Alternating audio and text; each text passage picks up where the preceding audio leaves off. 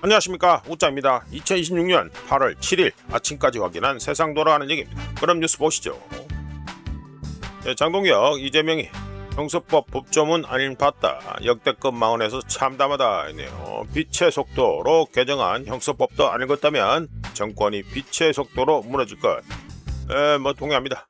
동의하고요. 대통령이 너무 태연하게 아무렇지도 않게 역대급 망언을 쏟아내고 있어서 국민은 이것이 망언인지조차도 느끼기 어려울 정도다. 동의하고요. 형사소송법을 개정해서 대한민국 사법 시스템을 송두리째 망가놓고 저는 법조문도 안 봤습니다, 이렇게 당당하게 이야기할 수 있는 대한민국 대통령을 어디 가서 부끄러워서 대한민국 대통령이라고 입이라도 댈 수 있겠냐. 동의합니다. 이재명이 나와서 개정된 형사소송법은 안 읽어봐서 그러는데, 참, 졸렬하다. 진짜 졸렬해. 진짜. 법안에 의하면 검사가 수사하면 안 된다고 돼 있느냐. 에이, 참나. 졸렬합니다. 졸렬해. 어쩌야 간단해. 고민도 합니다. 이재명 변호사 출신이죠. 변호사 출신인데, 그리고 행정부 수장으로 앉아 있는데 형사법 법조문도 안 읽어봤다. 형사소송법 법조문도 안 읽어봤다. 변호사면 형사소송법 같은 거 안 읽어볼 것 같아요? 다 읽어봅니다.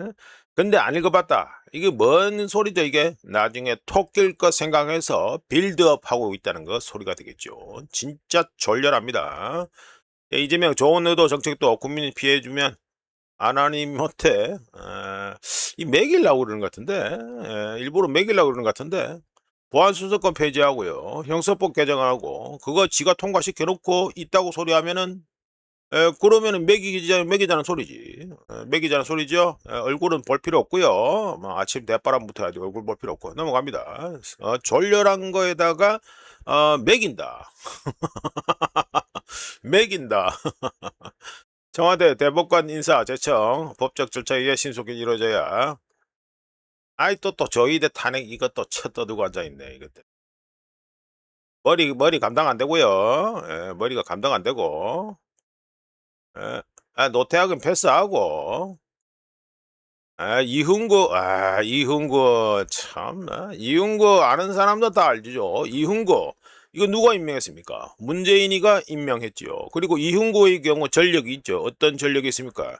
국가보안법 위반 전과가 있습니다. 그럼에도 불구하고 문재인이가 임명을 했지요. 잘 돌아갑니다. 이거 나간다 해가지고 후임인수한다 이래 되지요. 국제법 뭐 영구행과 나발인가 하고 다 티나면 다 나오죠. 이재명 선거법 위반 2심에서 무죄 준 인간들, 그것도 지금 요즘 법원에서 밥 먹고 있는지 안 먹는지 계속 밥 먹고 있는지 한번 조사해 보세요. 지금 뭐 공소 취소 그 조항을 넣었잖아. 조항을 살짝 넣었잖아요. 그래 가지고 지 재량권, 재판관 재량권, 판사 재량권 하에서 해가지고 공소 취소해가지고 해주면 되지 뭐. 안 그렇겠어요? 지금 법원 쪽에도 바글바글하다니까 그러네. 자, 넘어가고요. 한번 지켜봐요, 어떻게 되는지. 자, 추미애 경기도 재정 위기는 낡은 지방세제 탓. 정치 공방 말에, 낡은 지방세제 탓이 아니고 이거를 하다가 이름을 바꿔야죠. 이재명 탓 이래 되죠. 경기도 세수가 주로 들어오는 게 뭡니까? 부동산 거래 아닙니까? 부동산 거래로 들어오는데 지금 부동산 거래가 안 되는 게 누구 때문에 그래요? 이재명 때문이죠. 그리고 경기도 재정을 갖다가 아주 시원하게 말아먹은 것으로 추정되는 게 누굽니까? 이재명이죠. 김동연은 뭐 그냥 뭐 잠깐 원포인트로 들어왔다가 간 것뿐인 게 없으니까 그거는 말할 것도 없고, 언제부터 빚이 폭발적으로 증가했는지 한번 관심 있으면 찾아보세요. 경기도 이재명 있을 때 했습니다. 자, 성남 들어가자마자 모라토리엄 선언해가지고 성남에서 한번 해먹고, 해먹고 저 해먹은 곳으로 추정되고, 그다음 경기도 한번 먹고 튀고. 자, 이번에는 대한민국 국가 전체지요. 자, 앞으로 어떻게 되는지 한번 보세요. 그리고 추미애 꼬라지 보니까 모라토리엄 비슷하게 해가지고 뭐 한번 또 이재명 했는 거 카피질 할 것 같은데, 내가 치아라 그 급도 안 되는데 뭐. 네, 북한 한미 훈련 앞두고 동해상으로 단거리 탄도미사일 발사. 에? 뭐 긴급 회의 열고 도발 중단 촉구. 아이고, 촉구 호소인이 뭐이네. 뭐 촉구 호소인이 뭐해? 어, 어, 예. 단거리 미사일이죠. 단거리 탄도미사일입니다. 이거는 대놓고 우리나라한테 보내는 소리예요. 우리나라한테 보내는 경고입니다. 관련해서 웃자 보고 미친놈이라는 소리를 하겠지만 웃자는 계속해서 웃자 유튜브 들으신 분들은 아시겠지만 웃자는 계속해서 한국전 시즌2 얘기를 계속하고 있습니다. 지금 돌아가는 분위기는요. 한국전 터질 때 그때하고 점점 갈수록 비슷해지고 있다는 거. 이거는 절대로까지 붙일 필요는 없겠다마는 웃자 유튜브 들으시는 분들은 반드시 참고하셨으면 좋겠습니다. 이게 관심 있으시면 한국전 터지기 전에 어떤 일이 있었는지 한번 찾아보세요. 뭐 국경선 새로 그리고 지금도 그 짓 하고 있잖아요, 지금 북한 애들이. 그리고 계속해서 무력 시위 비슷한 거 하고 충돌 비슷하게 날락말락하고 뭐 그래 된 겁니다. 지금 분위기 한번 보세요. 그리고 국제 정세도 어째 돌아가는지 이런 거 보시면 자가 한국전 시즌2 얘기하는 게 왜 그래 얘기하는지를 갖다가 대강은 감을 잡으실 겁니다. 자, 넘어가고요. 자, 오늘은 또 해가지고 우리 한국장하고 코스피하고 해가지고 또 기름판 얘기해야 되니까 빨리빨리 넘깁니다. 마이너스 0.18% 뭐가 떨었다? 금덩이 값이 마이너스 0.18% 떨어가지고 1온스에 4,239.71달러가 됐습니다. 어제 너무 많이 올라가다 보니까 볼린저 밴드 안으로 수납되기 위해서 좀 내려갔다 이렇게 보시면 되겠죠. 어제 좀 많이 튀긴 많이 튀었습니다. 요렇게만 해가지고 그냥 넘기면 그러니까 웃자가 뭐 8월 말에서 9월 초가 금덩이 은덩이 바닥으로 웃자는 계속해서 올해 초부터 해가지고 계속해서 주장하고 있었으니까 이거 뭐 볼린저 밴드도 늘어지고 그러니까 저항선 지지선 또 하루 만에 또 해가지고 업데이트 한번 해보죠. 금덩이 저항선은 저 1온스에 4,300 지금 이제 내려왔으니까 이제 다시 안으로 수납됐습니다만 금덩이 저항선은 위로 4,300 여기 있죠. 4,300 그리고 4,360에 하나 더 있습니다. 그리고 위로 해가지고 저항선은 4,300과 4,360달러에 있다. 그리고 지지선 밑으로 지지선은 4,180 여기 있죠. 4,180 4,180하고 4,156 여기 좀 촘촘합니다. 이렇게 가지고 있다. 이렇게 봅니다. 넘어가고요. 자, 은덩이는 마이너스 0.83% 하락해서 이것도 하락해가지고 1온스에 61.50이 됐습니다. 금덩이보다 여기는 빨리 볼린저 밴드 안으로 수납이 되어버렸다. 이게 되겠지요. 은덩이 저항선하고 지지선도 말씀드려보면 은덩이 저항선은 위로는 62달러 그냥 깔끔합니다. 62달러 그리고 그 다음에는 65달러 요거 좀 많이 튀죠. 왜냐하면 볼린저 밴드가 확대되고 있으니까 당연히 튈 수밖에 없죠. 그러니까 저항선이 62달러 그리고 65달러 여기 있고 지지선 밑으로 지지선은 60달러 상당히 중요하죠. 은덩이의 경우 60달러가 상당히 중요합니다. 여기 있죠. 60달러 있고 그 다음에는 57달러에 있습니다. 이 정도 뭐 요래 보면 되겠죠. 57달러 이렇게 가지고 지지선이 있다 이렇게 말씀드리고요. 자, 넘어가고 서부 텍사스에 올려놓고 해가지고 기름값 별로 해가지고 또 말씀을 드리겠습니다. 브렌트유는 5.18% 상승해서 1배럴에 83.56달러가 됐고요. 서부 텍사스유는 4.11% 상승해서 1배럴에 78.31달러가 됐습니다. 조금 빨리 튀는 느낌인데 웃자가 생각보다 조금 빨리 튄다는 느낌이 드는데 하여간에 웃자는 요래 해가지고 올라갔다가 내려갔다가 다시 올라갈 거라고 이렇게 보고 있으니까 뭐 하여튼 참고하시면 됩니다. 그리고 5만 10월물은 1.02% 상승해서 1배럴에 79.37달러가 됐습니다. 자, 넘어가고요. 달러 인덱스입니다. 달러 인덱스 보시면 0.30% 해가지고 올라갔죠? 올라갔습니다. 점점 이제 개입 약발이 떨어졌다. 뭐 사실상 우짜 기준에서는 이미 떨어졌는데 개입 약발이 이제 설설 떨어지고 있으니까 이제 달러 인덱스가 다시 해가지고 위로 가고 있다. 이렇게 보시면 되겠습니다. 이것도 테크니컬하게 말씀드려보면 저 달러 인덱스의 경우 지금 현재 가장 가까운 저항선 그러니까 위로 저항선 위로 저항선은 100.07 뭐 간단하게 100이라고 할 수 있는데 좀 더 디테일하게 보면은 100.07의 첫 번째 저항선이 있습니다. 자, 뚫는지 안 뚫는지 한번 보시면 되겠죠? 현재 99.95니까 얼마 안 남았습니다. 뚫는지 안 뚫는지 한번 보시면 되겠다. 자, 넘어가고. 자, 원화 보시죠. 원화는 해가지고 어제 장중에 아침에 해가지고 1415원까지 내려갔었다가 그 다음에는 뭐 쭉 올라가서 역시나 1420원 위에서 놀고 있습니다. 전혀 이거 좋은 현상이 아닙니다. 0.07% 찔끔 싸져가지고 1달러에 1423.2원 $1,400은 이제 가는 거는 기대 난망이고요. $1,420원도 지난번 한번 찌르고 다시 올라갔죠. 그리고 이번에도 찌르고 다시 올라갔죠. 이러면 1,420원이 바닥이라는, 사실상 이번 사이클에서 바닥이라는 인상을 갖다가 거의 굳히고 있다, 이렇게 말씀드릴 수 있습니다. 이거 좋은 거 아닙니다. 이렇게 되면요, 대기 수요도 전부 다 더 붙겠지요. 어떻게 붙겠습니까? 바닥이라고? 야, 그러면 달러 지금 더 살라고 하겠지요. 전혀 좋은 게 아니다. 국가 운영이 정말 월남 핫바지 나이롱 핫바지 엉망진창 수준이 돼 가지고 이게 뭡니까 이게. 참, 참 웃기지도 않다 진짜. 시스템대로 다 말아먹고, 예? 이거 말 나온 김에 말씀드려 봅니다. 반도체 수출의 견조한 성장 덕분에 우리나라 경상수지 또 발표되는데 5월 달에 386억 1천만 달러로 올타임 하이 찍었죠. 또 6월에 497억 3천만 달러로 또 올타임 하이 또 경신했습니다. 경신했는데 이게 뭡니까 이게? 예? 이 환율이 뭐예요? 우리나라 정시고 나발이고요. 우리나라 경제는요, 우리가 사는 거, 우짜도 그렇고, 우짜의 경제력도 그렇고, 우짜 주변에 있는 사람도 그렇고, 이재명 팬들의 경제력도 그렇고, 전부 다 뭘로 평가됩니까? 환율로 평가됩니다. 환율로. 이게 뭐예요, 이게? 엉망진창으로 하고 앉아가지고. 예, 그리고 이거 뭐 전에 말씀드렸죠. 반도체 수출의 견조한 성장 덕분에 우리나라 경상수지가 또 올타임 하이, 어떻게 6월 달에 497억 3천만 달러로 올타임 하이를 갖다가 또 경신했다 하니까 우짜가 이거 5월 달부터 지금 계속해서 재활용해 먹고 있는 이 기괴한 차트 또 활용합니다.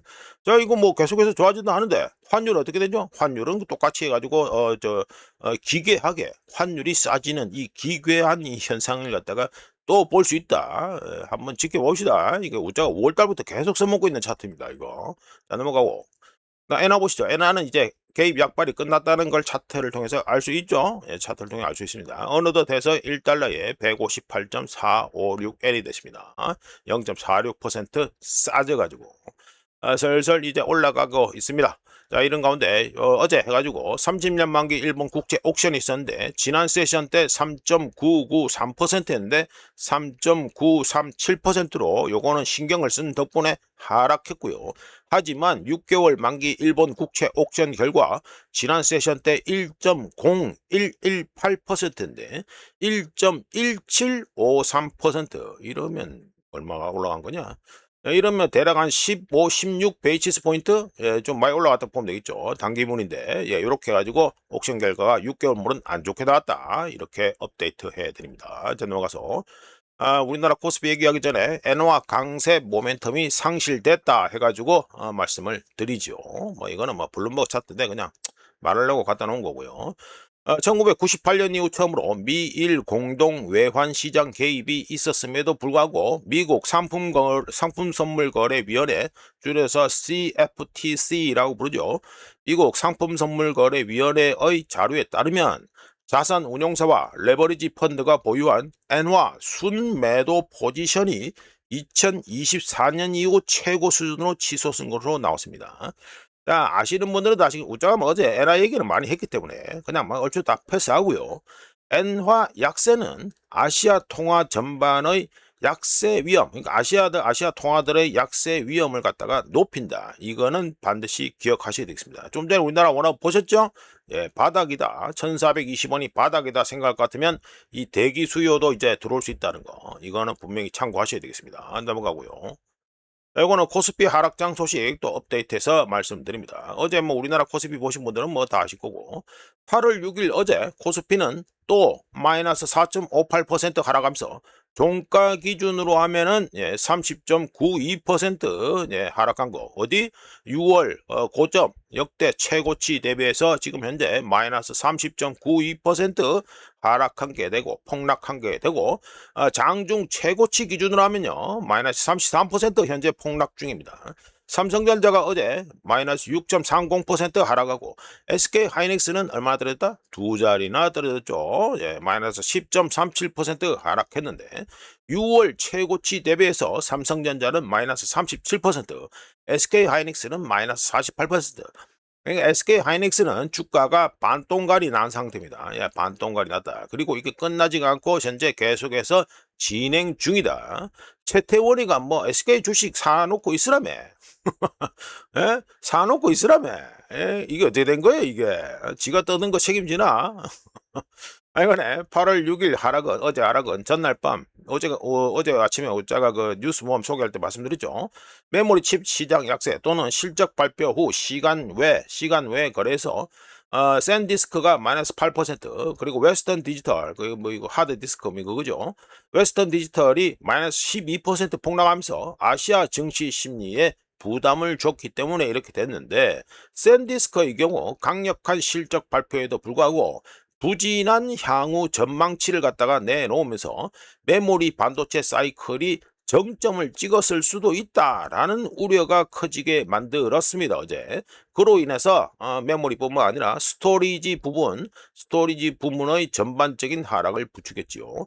반도체로 몰빵되어 있는 한국 증시는 더 깊은 현재 약세장, 하락장, 폭락장으로 빠져들고 있습니다. 그럼 이런 가운데 좀 좋은 소식이 있어야 되겠대. 자, 보시죠. 뉴델리 경제에서 삼정 공매도 1조 원 돌파. 아이쿠야, 지기죠. 외인 기관 코스피 숏의 풀 배팅. 아, 지깁니다. 3일 감전 공매도 1조 1천억 기록했대. 외인 기관 하락의 풀 배팅. 지난 6월 26일, 이건 고점 찍고 얼마 안 있었죠. 역대 최고치. 공매도 1조 원 돌파한 후에 7월 코스피 대폭락, 대규모 하방 배팅과 반대 매매 청산 도미노 재현 우려. 자, 코스피 우리나라 K 즉시 하락장이 이제 끝나고 다시 반등할 것 같습니까? 예? 반등할 것 같습니까? 제가 지금 이거 오늘 또 호르무즈 얘기하기 때문에 해가지고 뭐 그렇게 길게는 얘기를 못 합니다만 4일 한국거래소에 따르면 전일 삼성전자의 공매도 거래대금은 1조 1103억 원, 찍이는데 전체 대금축 공매도가 차지하는 비는 8.64%. 찍입니다 진짜. 삼성전자 공매도 대금이 1조 원을 넘어선 것은 지난 6월 26일에 그때인데 이후에 또 한 달 만에 또 해가지고 공매도가 해가지고 지금 풀 배팅 중이다 이게 됩니다. 공매도란 소유하지 않은 주식을 먼저 빌려서 판 뒤에 주가가 하락하면 싸게 사서 대갚아 차익을 얻는 투자 기법이다. 주가가 떨어질수록 수익이 나는 구조이기 때문에 대규모 공매도가 몰리면 주가 하락 압력이 커지게 된다. 뭐 이 정도 아마 소개해드리면 되겠죠. 신용융자 통장. 지금 뉴스에 안 나와서 그렇지 이재명 정권 눈치 본다고 뉴스에 안 나와서 그렇지요. 아유, 돈 꼬른 사람들이 한두 명이 아닙니다. 아는 거 안돼. 뭐 어쩌겠습니까? 예? 호텔 경제에서는 누군가 한번 돌려먹기만 하면 망고땡이기 때문에 뭐 괜찮겠지요. 예? 뭐 한강을 가도 어쩌든 간에 한 번만 돌려먹으면 되니까 망고땡이죠. 뭐 좋죠 뭐. 자, 이런 가운데 버핏 지표 또 업데이트를 해보면 우리나라 한국은 7월까지 해가지고 이게 200% 위에 있었습니다. 근데 8월 들어오면서부터 해서 200m로 떨어져서 191.41%가 됐습니다. 일본은 그 전부터 이미 200%를 넘길락 말락 하면서 계속 이 수치를 보이고 있었고요. 미국은 뭐 미국은 여전히 아주 계속 올라가고 있네. 그러니까 우리나라 해가지고 200% 버핏 지표 200%가 넘어섰고 제가 말씀드렸죠. 지난 10년 평균만 쳐도 100%까지 내려가야 된다. 즉 갈 길이 멀다. 예, 갈 길이 아직도 멀다. 이렇게 됩니다. 자, 미국 버핏 지표 잠깐 말씀드려보면 미국의 버핏 지표 역시 238.24% 요게 뭐 최신값입니다. 223.24%까지 치솟으면서 올타임 하이를 현재 경신하고 있습니다. 요거죠. 하늘색. 경신하고 있는데 중인데 2000년 닷컴 버블 당시 쭉 가면 여기죠. 여기입니다. 2000년 닷컴 버블 당시 최고치가 얼마보다 150% 여기 있고요. 이거 2021년 요거죠. 2021년에 이른바 밈 주식 열풍이 있었습니다. 이때 최고치가 얼마였냐면 200%였습니다. 근데 현재는 어떻습니까? 238.24. 훌쩍 뛰어넘었죠. 예? 닷컴 버블하고 2021년 밈 주식 때 이때를 갖다가 최고치를 모두 다 뛰어넘은 상태다 이게 됩니다. 그런데 미국의 버핏 지표의 장기 평균값이 얼마냐면 80%입니다. 어마어마하게 차이 나죠. 물론 이것도 2008 금융위기 이후로 계산하면요. 대략 한 130%, 140%가 나옵니다. 그렇다 하더라도 지금 아직 여전히 가지고 적어도 뭐 버블이 어마어마하게 끼 있다. 이게 보시면 되겠죠. 참고로 버핏 지표가 역사적 평균값을 크게 상회했을 때 미국 주식장은 이후 몇 년간 다른 국가들 증시보다 저조한 퍼포먼스를 보이는 경향이 있습니다. 역사는 반복될까? 한번 지켜보시면 되고요. 자, 넘어가고. 자, 이건 아시아 원유 수입, 임포트가 수입 회복세를 보이고 있다. 이렇게 가지고 말씀드리죠. 2026년 올해 7월 아시아 지역의 원유 수입량이 하루 평균 2282만 배럴로 이란전 발발 후 최고치를 갖다가 7월에 기록했습니다. 하지만 이란전 터지기 전 아시아의 평균 원유 수입량이 하루 평균 2689만 배럴이었던 것에 비하면 여전히 15% 낮은 수준이고요. 정제유 수입량 역시 마이너스 18.5% 현재 감소한 상태입니다. 7월에 호르무즈 해협을 통해서 아시아로 유입된 원유는 하루 평균 405만 배럴에 불과했는데 4월에 전쟁 터진 후에 4월에 이 갑자기 급감했던 거 이거보다는 소폭 증가했지만 전쟁 전 수준의 그러니까 호르무즈 해협을 통해서 들어오는 이 물량의 전쟁 전 수준의 70%에도 못 미치고 있는 중입니다. 7월에 보여진 아시아 시장의 이 원유 수입량 반등은 일시적인 휴전 기간 동안 풀린이 아니고 풀려났다는 말이 더 정확하겠네. 풀려난 유조선 물량 덕분이지 진짜 배기 정상화는 아닌데요. 중국은 해상 원유 수입량을 줄이고 12억 배럴로 이상, 12억 배럴 이상으로 추정되는, 대충 보는 게 12억 배럴에서 13억 배럴로 봅니다만, 그러니까 12억 배럴 이상으로 추산되는 중국의 재고, 어떤 재고? 전략 비축유가 되겠죠. 이걸 활용하면서 중국이 시간을 벌고 있는데, 하지만 중국의 원유 수입 감소는 아시아 시장의 공급 부족을 일정 부분 상쇄하는 데 도움이 되긴 했지만, 중국도 용가리 통뼈가 아니라서 재고, 즉 비축유만으로는 이 수입해야 되는 물량을 갖다가 영원히 대체할 수가 없습니다. 하여간에 7월 원유 수입량, 아시아 시장의 원유 수입량 증가라 해야 되나 회복이라 해야 되나, 그러니까 증가는 회복세처럼 보일 수 있지만 페르시아만 안에 발이 묶였던 물량을 처리하는 과정일 수도 있습니다. 자, 넘어가고요. 네, 이거는 또 오늘 해가지고 우자가 계속 좀 많이 말씀드릴 그 MOU 양해각서 2.0 지금 얘기되는 거는 2.0 얘기입니다. 이걸 갖다가 좀 말씀드리겠습니다. 어떤 걸프 지역 소식통, 이거는 로이터 기사를 우자가 지금 말씀드린 겁니다. 한 걸프 지역 소식통은 미국이 이란 기반 시설을 공격한다면 이란은 중동 지역의 에너지 시설과 기타 지역 목표물을 공격하는 보복 조치를 취할 것이라는 이란의 분명한 경고가 있었다라고 걸프 지역 소식통 한 명이 전했고요. 로이터에 이란 고위 관리가 또 로이터하고 인터뷰를 했는데 뭐랬냐?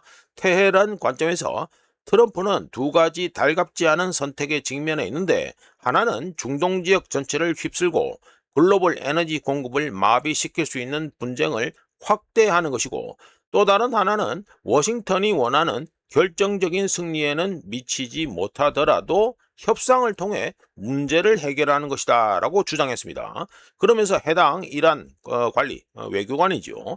이란 고위 관리는 합의를 가로막는 주요 장애물 중 하나는 워싱턴이 테헤란의 승리를 인정하지 않으려는 태도이며 미국은 전쟁에서 승리했다는 증거로 내세울 만한 무언가를 원한다라고 첨언했습니다. 이란에서 이렇게 떠들고 있는데요. 지정학적으로 봤을 때 트럼프가 호르무즈 해협을 갖다가 넘겨주고 톡길 가능성은 그냥 제로라고 보면 됩니다. 제로. 예, 이런 가운데 또 로이터 기사 또 보시면 호르무즈 딜 나오고 있죠. 예, 그러면서 이란한테 호르무즈 해가지고 인바운드 안으로 들어오는 거 갖다가 이걸 갖다 통제권을 줄 것처럼 해가지고 얘기되고 있다. 이 얘기가 됩니다. 자, 말씀대로 보면.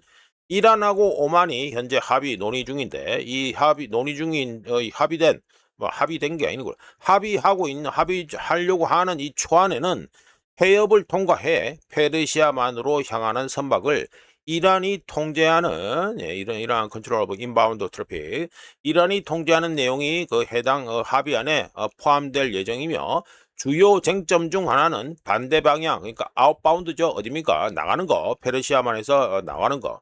이 반대 방향으로 향하는 선박에 대해서는 이란이 어떤 역할을 할 것인가가 주요 쟁점 중 하나라고 합니다. 로이터의 인터뷰한 쪽에서 나온 소스가 그렇다 이 말이죠.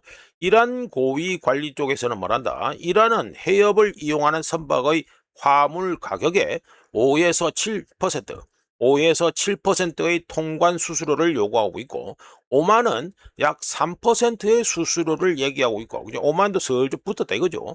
그리고 미국은 수수료 그런 거는 안 된다. 수수료 제로를 갖다가 원하고 있습니다.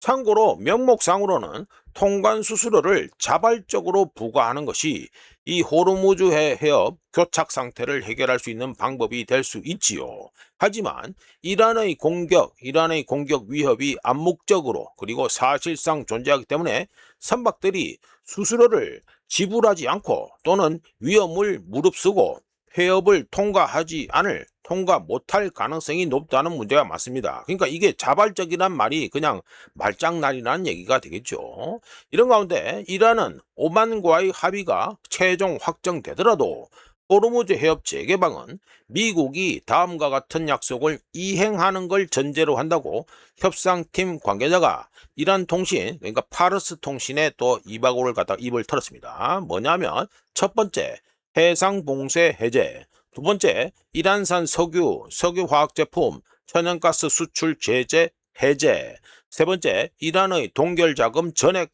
해제, 네 번째, 레바논 전쟁 종식, 다섯 번째, 모든 선박에 대한 통행료 징수권 인정, 이란의 통행료 징수권 인정.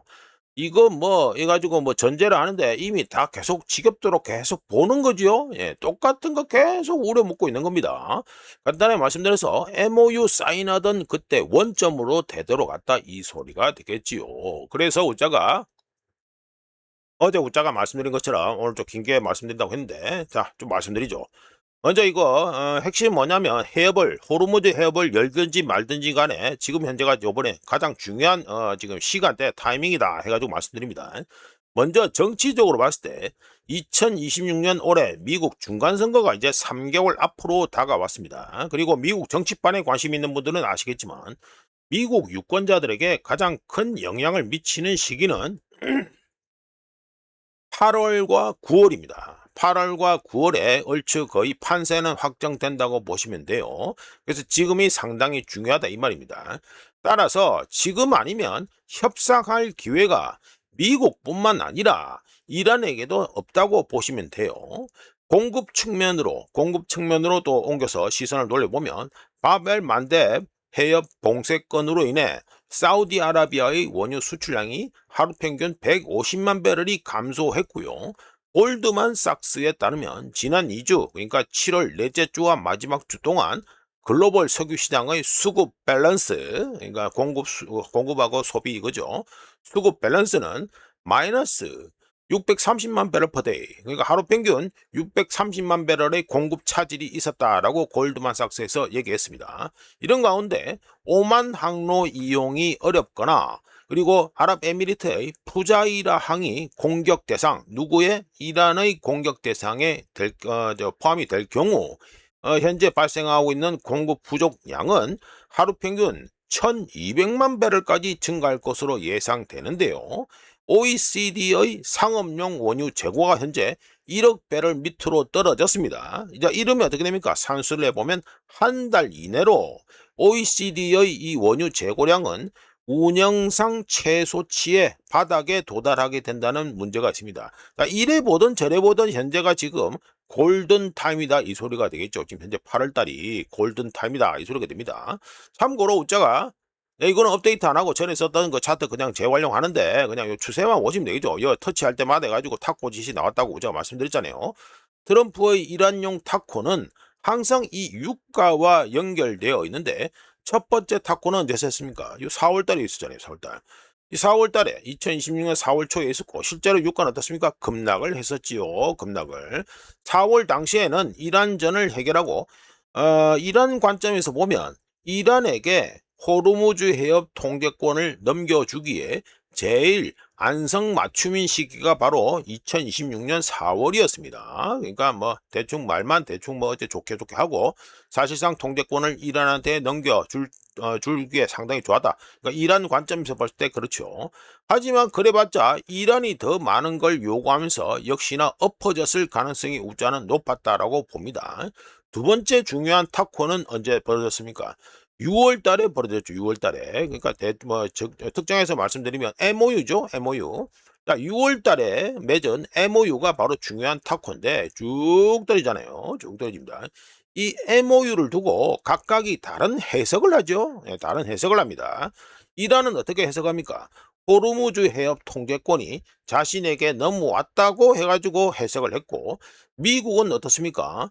해석을 다르게 해서 오만 항로, 이 오만 루트를 통해서 하루 평균 400만 배럴에서 600만 배럴의 원유가 이란의 통제를 받지 않은 상태에서 계속해서 이 흐르도록, 그러니까 페르시아만에서 호르무즈 해협을 통과해서 외부로 계속 흐르도록 이렇게 다르게 해석을 했지요. 예, 그렇게 MOU 1.0, 이른바 MOU 1.0이 그렇게 된 겁니다. 그런 상태에서 이 오만 항로가 계속해서 활성화되니까 어떻게 됐습니까? 이란에서 나와가지고 해가지고 계속해서 공격하고 불을 지르고 그래 했는 거죠. 예, 그래 되는 겁니다. 이제 항로는 해가지고 요게 원래 항로지요. 예, 요거 뭐 잘 보이지도 않는 이게 원래 항로입니다. 전쟁 전 항로고 이게 정식 항로인데 이 전쟁 난 다음에 이제 이란에서 이쪽으로 가라 이래가지고 억지로 해가지고 틀어가지고 하는 거고 현재는 비상시라서 오만 항로 이걸 갖다가 많이 쓰고 있죠. 여기에 뭐 기뢰도 있고 이 수신 문제도 있고 바로 뭐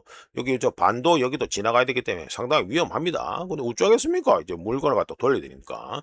하여간에 MOU 체결 결과로 해상 저장 시설 뭐죠? 유조선이죠. 페르시아만 안에 갇혀있던 유조선 물량 1억 배럴과 그리고 저 육상 생산 시설 육산 저장 탱크에 있던 5천만 배럴의 원유가 흘러나왔죠. 그래서 MOU 체결 이후에 이 중동에서 쏟아져 나온 원유가 대략 1억 5천만 배럴이 됩니다. 이게 흘러나오면서 상황이 좋아질 것으로 예상이 되었지만 이미 방출해서 사라진 원유 때문에 유가는 트럼프가 원하는 수준으로 떨어지지 않았지요. 자, 이제 세 번째 중요한 타코는 지금 이 차트에는 표시가 안 됩니다만 지금 현재 얘기되고 있는 그러니까 이란하고 오만 간에 얘기되고 있는 호르무즈 해협 통행 관련 합의 이게 사실상 우자가 보기에는 MOU 2.0이라고 볼 수 있는데 이거 역시 MOU 2.0 역시 MOU 1.0과 마찬가지로 그러니까 6월 달에 사인했다는 1.0 이거와 마찬가지로 이란에게 호르무즈 해협 통제권을 넘겨주니만이 그러니까 넘겨준다라는 의미를 담을 경우 이란한테는 무조건 왔다가 됩니다. 즉 달라진 게 하나도 없습니다. 달라진 게 하나도 없고요.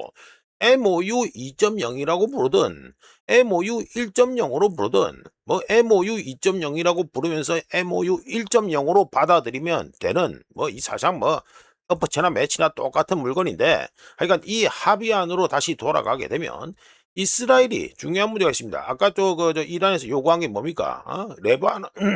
레바논 전은 정식이 나왔잖아요. 이것도 MOU 1.0에서 이미 나왔던 거 아닙니까? 그렇습니까? MOU 1.0으로 다시 돌아가게 되면 이스라엘이 레바논에서 철수해야 되는 문제가 또 불거지게 됩니다. 하지만 이스라엘이 레바논에서 철수하겠습니까? 안 하지요. 이제 안 하기 때문에 이란은 또 레바논권을 핑계로 호르무즈 해협 이용을 제한할 수 있습니다. 이거 어떻게 됩니까? 그냥 도돌이표입니다. 도돌이표. 그냥 전에 봤던 거 또 하고 또 하고 또 하고 뭐 그냥 반복해서 계속하고 있는 거예요. 요거는 MOU 1.0 내용을 갖다가 전쟁연구소에서 정리한 거죠.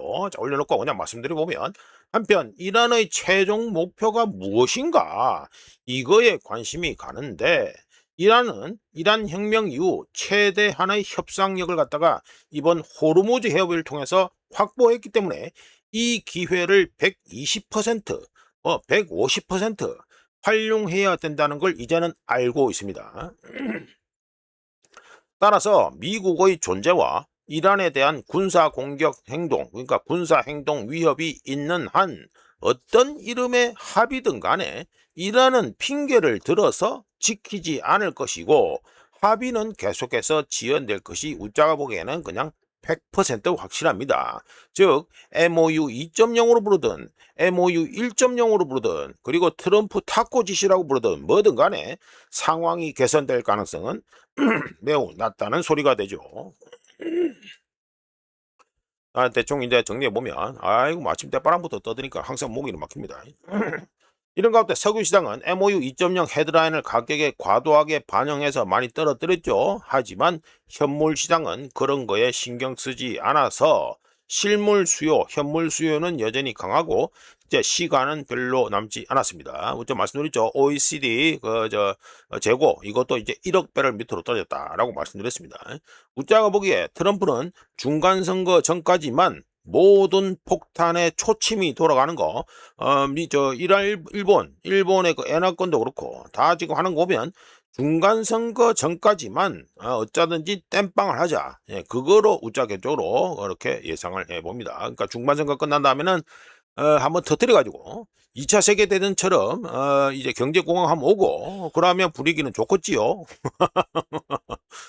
3차 세계대전으로 가는, 자, 넘어가서, 이제 스태그플레이션이다 해가지고 말씀드립니다. ISM 서비스 프라이스, 뭐, 우자가 뭐 소개 안 하는데, 이거는 뭐 관심 가니까 좀 소개하는 겁니다.